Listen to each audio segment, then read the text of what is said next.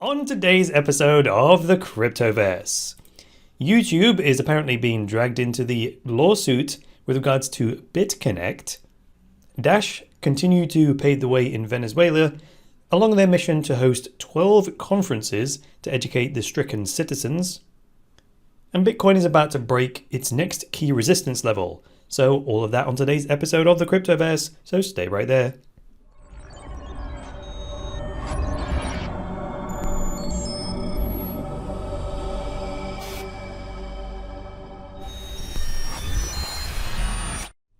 Hi there guys, welcome to the latest episode of the Cryptoverse, your regular dose of news and commentary on Bitcoin, cryptocurrencies, and blockchains. I'm your host, Chris Coney. So YouTube has been dragged into this class action lawsuit with regards to BitConnect. Now I find this particularly interesting because it deals with a similar point of law to the Silk Road case. The question is a centralized platform responsible for the content on that platform? So this is what it's saying here. The class action lawsuit is with regards to BitConnect and YouTube's failure to protect its users from being exposed to scams videos. Because as you remember, BitConnect was somewhat of a pyramid scheme that relied on new investors coming in to pay back old investors. And it went like wildfire on YouTube. There were tons of channels that set up and were funded entirely off of the BitConnect system. And their goal was to make videos about BitConnect, how much money they were making in order to get people to sign up, under them. So those videos were on YouTube. So are YouTube responsible for those videos, or rather are they responsible for not screening those videos out or filtering them out? And here's the real humdinger. It says here, this case might be used by Google, the owners of YouTube, and others to justify their bans on crypto ads, arguing that their algorithms cannot distinguish between legitimate projects and frauds, because these videos that we're talking about here from these BitConnect distributors, they were just regular free content they were putting out. So it's okay for Google to screen out ads because there's a human approval process there. But what happens when people are putting out free content that people are watching? How on earth does the algorithm distinguish between what's legitimate free content and what's promoting things like BitConnect? Difficult. In any case, YouTube has been added as a defendant in the class action lawsuit against BitConnect, evidently by publicly available documents filed with the Southern District Court of Florida. And according to the lawsuit, it says the Google-owned video platform failed to protect or warn its users from BitConnect affiliates' promotional material, which reached 70,000 hours of content on YouTube and 58 million views. Pretty good in terms of promotional reach. Now it says here several of the channels where YouTube partners, but I'm sure there's something in the YouTube terms and conditions that was violated here, because I don't think YouTube actually allow in their terms and conditions for these kinds of schemes to be promoted. So right out of the gate, I think these people were probably violating YouTube's terms and conditions.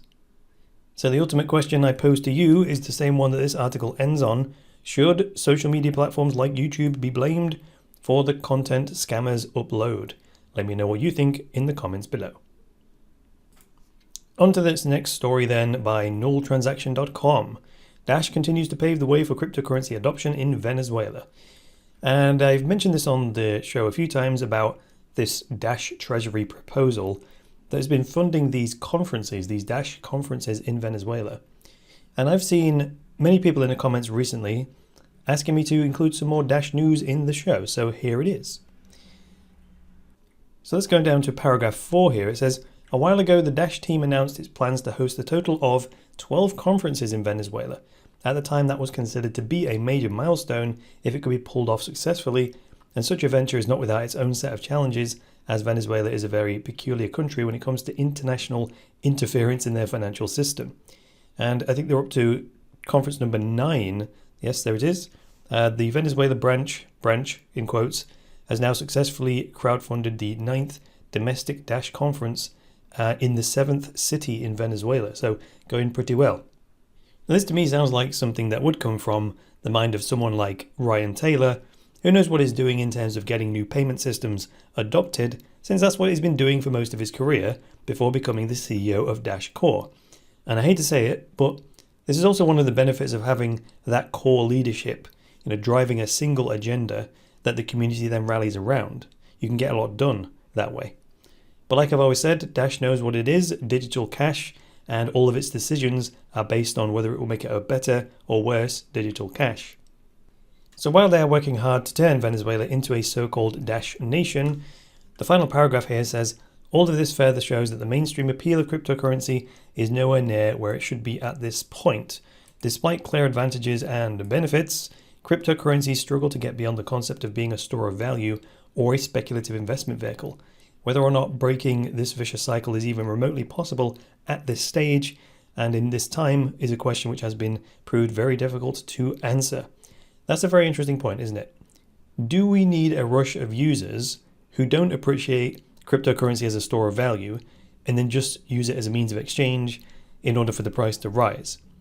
Otherwise, if everyone appreciates the store of value and the speculative value of cryptocurrencies, what's to stop everybody from just becoming a hodler?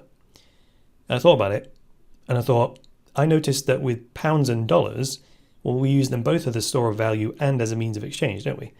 And we do that because we believe the value to be stable enough to store our value in it, but rising slowly enough that we feel okay to spend some of it. Right? If crypto could get to that point of stability, maybe we would treat it in the same way. And now finally on to a Bitcoin chart reading for today.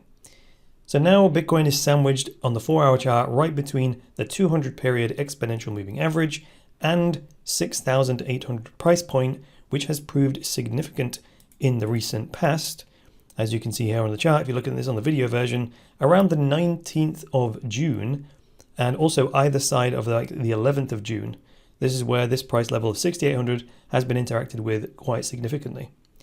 So given that we're above the 200 EMA, which is the thick green line on the chart, I would trade this as a simple breakout of 6,800 and then ride it all the way just shy of 7,700. That's not financial advice, this is just for educational purposes, but that's what I see in this setup. As ever, never trade without a plan or with money that you're not willing to lose. If you're a regular viewer of the Cryptoverse, then you know that I take user requests for technical analysis portions. So a new system here, let's try this. If you send me an EOS tip and then write your chart reading request in the memo field, then I'll consider it. So my account name on EOS is Chris JS Coney. And if you look down here, there's a memo field in the EOS transaction where you can type some text in. So if you send me an EOS tip and then put in the memo the coin you want me to read, I'll consider including it in a future video. But that's all I've got for you today. So if you thought this video was absolutely terrible, you can hit that button. But if you liked it, hit the like button, get subscribed, and find out where you can greatly deepen your knowledge about cryptocurrencies and how to make money with them at the link in the video description to my online school. Also down there is a link to my second channel, which is all about EOS. If you've got a bit more time, then check out this video. Other than that, guys, that's all I've got for today. So until the next time, it's me, Chris Coney, saying bye for now.